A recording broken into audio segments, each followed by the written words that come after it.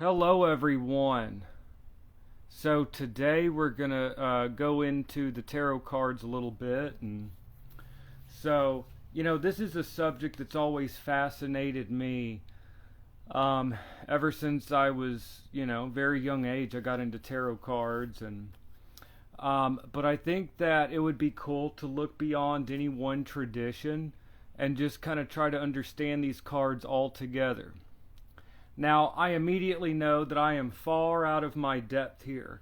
But as a fellow seeker, it'd be cool for us to go through this together, to work through it.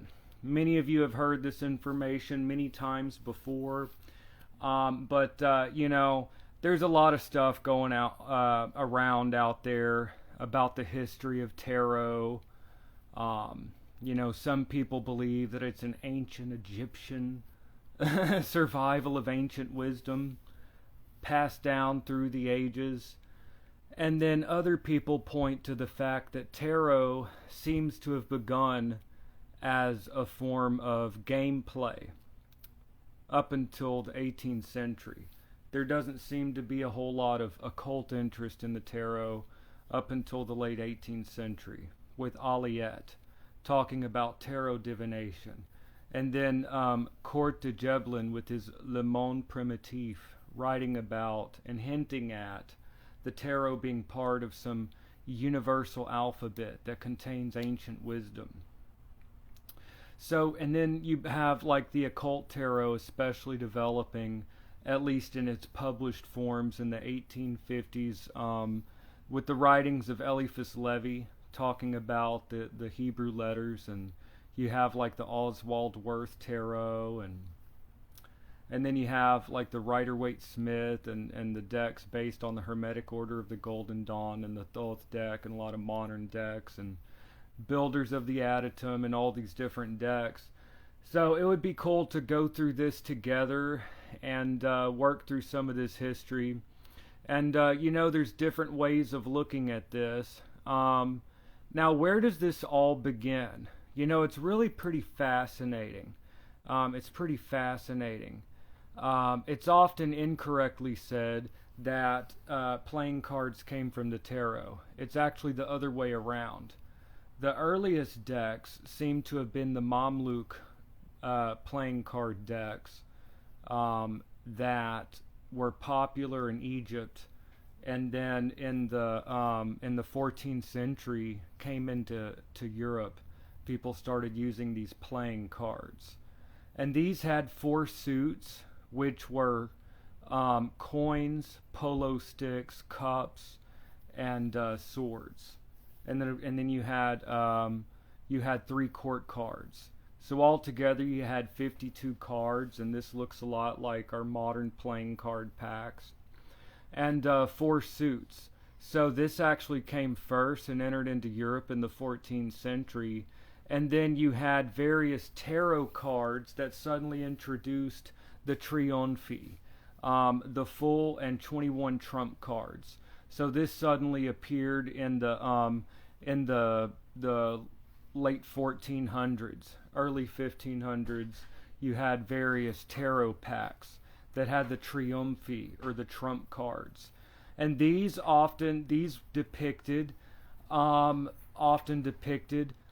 deeply allegorical images, and yet these were used for gameplay, like Taroki. It's really fascinating. Like you had the Wheel of Fortune. And if you just look at the Wheel of Fortune image, you have this idea of cycles. And, there's an early form of the Wheel of Fortune where it shows a young man going up the wheel. I forgot where I had read this, dang it. There's a young man going up the wheel, okay, and out of his mouth comes a ribbon. It says, "I will reign." And then there's a king at the top of the wheel. It says, "I reign." An old man going down the wheel saying, "I have reigned." And then getting crushed at the bottom, "I have no reign." So this idea of luck and lady luck or fortune, and the idea of cycles and life cycles and seeing recurrent patterns like in the cycles of the moon or the passage of the seasons. And of course, many people practice like different forms of neo-paganism, for example, that are in touch with the passage of the moon and the seasons.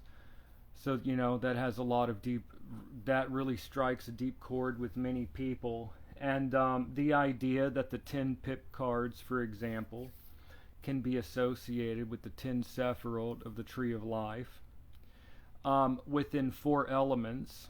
Okay, but this is a later development. But, it's just, and then the 22 Hebrew letters, the 22 trump cards, it just really works together really well as a system. But basically, I just find this stuff really interesting. And, there's different traditions with this. And then, of course, we have the writings of Eliphas Levi, and we have a bunch of different stuff to go into. But today, I just wanted to continue just a little bit more reading, because it's interesting. I've been reading Manly P. Hall, just kind of getting some of these occult, readings out there for y'all, so that people at their own pace, or whatever works for them, they could listen to the readings or listen again and again. And of course, these are just excerpts. I encourage people to go to Amazon, and these are just excerpts. But this is the next section of Manly P. Hall. And the next section, because I just did the on the Kabbalistic cosmology of man or whatever. So, which is interesting, because in the last thing, and that was kind of like a bomb drop to leave people hanging on, like, what the hell? Like at the end, it was Adam and the serpent and all that. But anyways, I'm just reading Manly P. Hall here. But anyways, continuing just this reading, and then, we're going to look at different stuff. An analysis of tarot cards. Opinions of authorities differ widely, and this is from the Secret Teachings of All Ages. I might do this in a couple of parts, I might do this as a part 1, and then we'll continue. But basically, those of you that are watching my videos, we're working through this material together. And anyway, so here we go. An analysis of tarot cards. Opinions of authorities differ widely, and this is from the Secret Teachings of All Ages. An analysis of tarot cards. Opinions of authorities differ widely concerning the origin of playing cards, the purpose for which they were intended, and the time of their introduction into Europe. In his researches into the history of playing cards, Samuel Weller Singer advances the opinion that cards reached southern Europe from India by way of Arabia. It is probable that the tarot cards were part of the magical and philosophical lore secured by the Knights Templars from the Saracens, or one of the mystical sects then flourishing in Syria. Returning to Europe, the Templars, to avoid persecution, concealed the arcane meaning of the symbols by introducing the leaves of their magical book, ostensibly as a device for amusement and gambling. In support of this contention, Mrs. John King Van Rensselaer states, quote, that cards were brought by the home-returning warriors, who imported many of the newly acquired customs and habits of the Orient to their own countries, seems to be a well-established fact, and it does not contradict the statement made by some writers who declared that the gypsies, who about that time began to wander over Europe, brought with them and introduced cards, which they used as they do at the present day for divining the future. See the Devil's Picture books. Okay, unquote.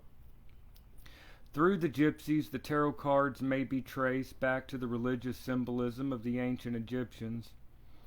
In his remarkable work, The Gypsies, Samuel Roberts presents ample proof of their Egyptian origin. In one place he writes, quote, when gypsies originally arrived in... I'm sorry, this is all... this is bunk, I think. Anyways, back to this. When gypsies, see, but I love Manly P. Hall and I love listening to his lectures, but stuff like, anyway. When gypsies originally arrived in England is very uncertain. They are first noticed in our laws by several statutes against them in the reign of Henry VIII, in which they are described as an outlandish people, calling themselves Egyptians, who do not profess any craft or trade, but go about in great numbers. A curious legend relates that after the destruction of the Serapeum in Alexandria, the large body of attendant priests banded themselves together to preserve the secrets of the rites of Serapis. Their descendants, the gypsies, carrying with them the most precious of the volumes saved from the burning library, the Book of Enoch or Thoth, the Tarot, became wanderers upon the face of the earth, remaining a people apart from an ancient language and a birthright of magic and mystery. Court de Gebelin believed the word tarot itself to be derived from two Egyptian words, tar meaning road and ro meaning royal. Thus the tarot constitutes the royal road to wisdom. See Le Monde Primitif. In his History of Magic, P. Christian, the mouthpiece of a certain French society, presents a fantastic account of a purported initiation into the Egyptian mysteries, wherein the 22 major tarots assumed the proportions of trestle boards of immense size and line a great gallery. Stopping before each card in turn, the initiator describes its symbolism to the candidate. Edouard Cheret, whose source of information was similar to that of Christians, hints at the same ceremony in his chapter on initiation into the Hermetic mysteries. See the Great Initiates.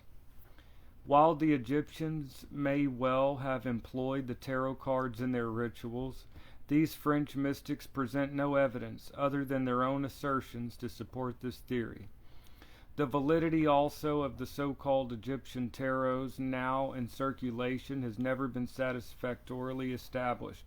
The drawings are not only quite modern, but the symbolism itself savors of French rather than Egyptian influence. The tarot is undoubtedly a vital element in Rosicrucian symbolism, possibly the very book of universal knowledge which the members of the order claim to possess. The Rota Mundi. Rota, you rearrange the letters of Rota, you get tarot. The tarot, the Rota Mundi, is a term frequently occurring in the early manifestos of the Fraternity of the Rose Cross. So the word Rota, by a rearrangement of its letters, becomes tarot, the ancient name of these mysterious cards. W.F.C. Wigston has discovered evidence that Sir Francis Bacon employed the tarot symbolism in his ciphers. The numbers 21, 56, and 78, which are all directly related to the divisions of the tarot deck, are frequently involved in Bacon's cryptograms. In the great Shakespearean folio of 1623, the Christian name of Lord Bacon appears 21 times on page 56 of the Histories. See the Columbus of Literature. Many symbols appearing upon the tarot cards have definite Masonic interest. The Pythagorean numerologist will also find an important relationship to exist between the numbers on the cards and the designs accompanying the numbers. The Kabbalist will be immediately impressed by the significant sequence of the cards, and the alchemist will discover certain emblems meaningless save to one versed in the divine chemistry of transmutation and regeneration. As the Greeks placed the letters of their alphabet with their corresponding numbers upon the various parts of the body of their humanly represented logos, so the tarot cards have an analogy not only in the parts and members of the universe, but also in the divisions of the human body. They are, in fact, the key to the magical constitution of man. The tarot cards must be considered, 1, as separate and complete hieroglyphs, each representing a distinct principle, power, law, power, or element in nature. 2, in relation to each other as the effect of one agent operating upon another. And 3, as vowels and consonants of a philosophic alphabet. The laws governing all phenomena are represented by the symbols upon the tarot cards, whose numerical values are equal to the numerical equivalents of the phenomena. As every structure consists of certain elemental parts, so the tarot cards represent the components of the structure of philosophy, irrespective of the science or philosophy with which the student is working. The tarot cards can be identified with the essential constituents of his subject, each card thus being related to a specific part according to mathematical and philosophical laws. An imprisoned person, writes Eliphas Levi, with no other book than the tarot, if he knew how to use it, could in a few years acquire universal knowledge, and would be able to speak on all subjects with unequaled learning and inexhaustible eloquence. See Transcendental Magic. The diverse opinions of eminent authorities on the tarot symbolism are quite irreconcilable.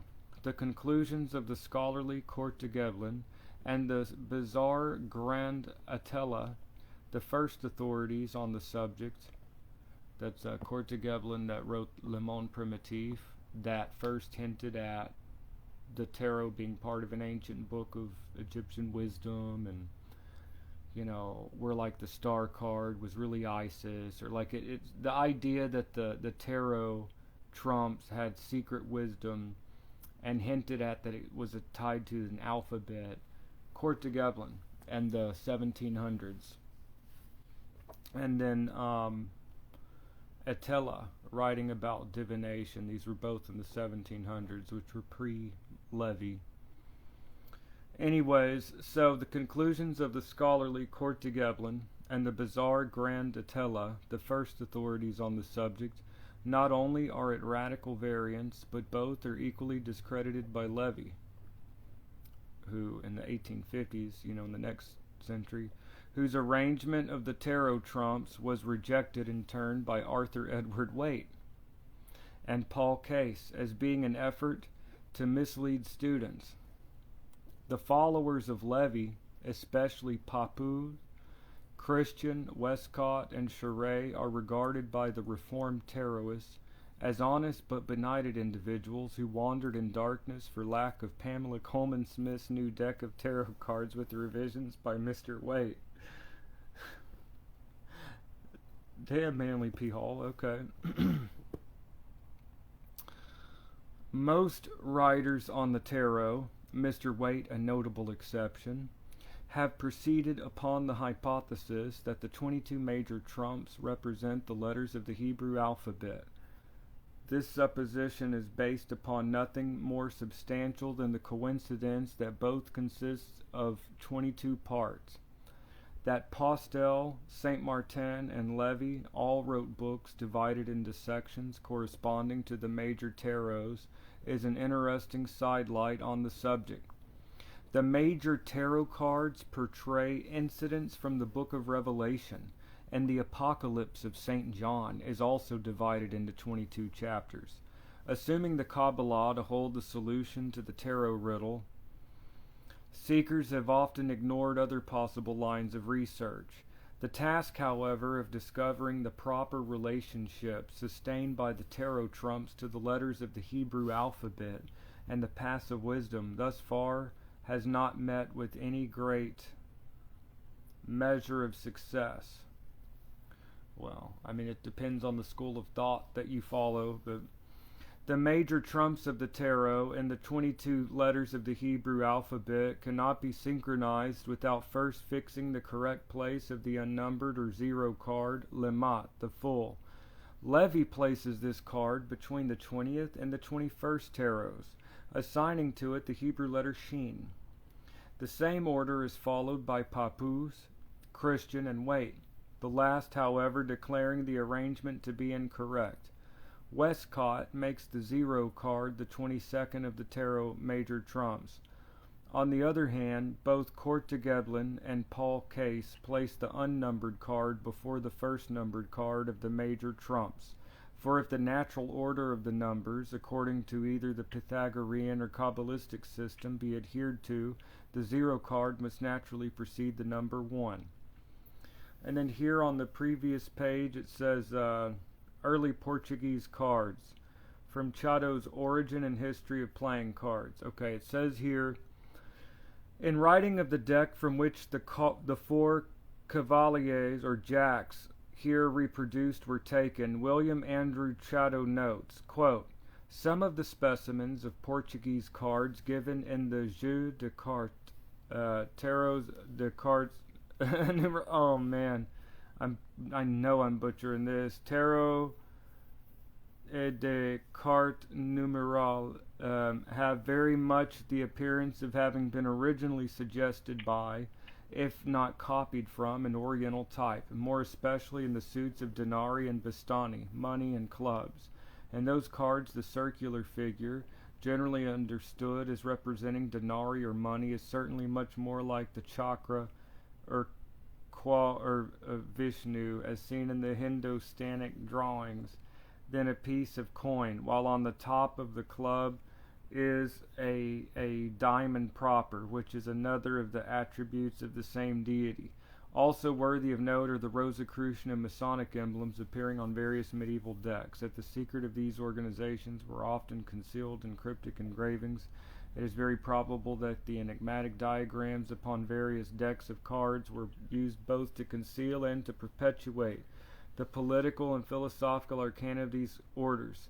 The front piece of Mr. Chado's book show a knave of hearts bearing a shield emblazoned with a crowned Rosicrucian rose. Okay. Back to this. Wow, okay.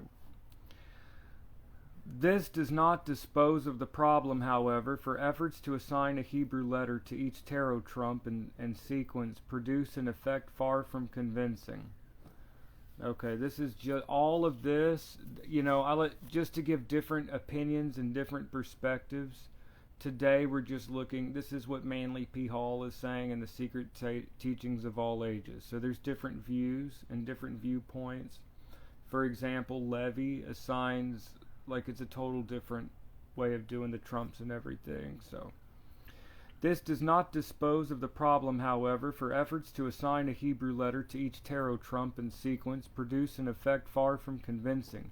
Mr. Waite, who re-edited the tarot, expresses himself thus, quote, I am not to be included among those who are satisfied that there is a valid correspondence between Hebrew letters and tarot trump symbols, unquote. See Introduction to the Book of Formation by Knut Stenring.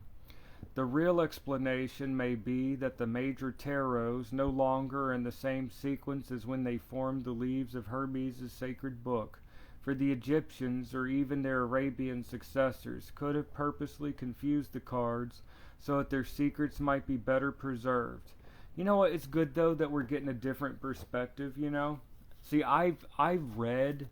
Of course, I read Secret Teachings of All... This was, many years ago, but it had been so long ago, I had actually forgotten what he had said in this chapter. So it's cool that I'm returning, reading to these classics. And, I'm glad that on this channel, we look at different perspectives so that people can draw their own conclusion. But...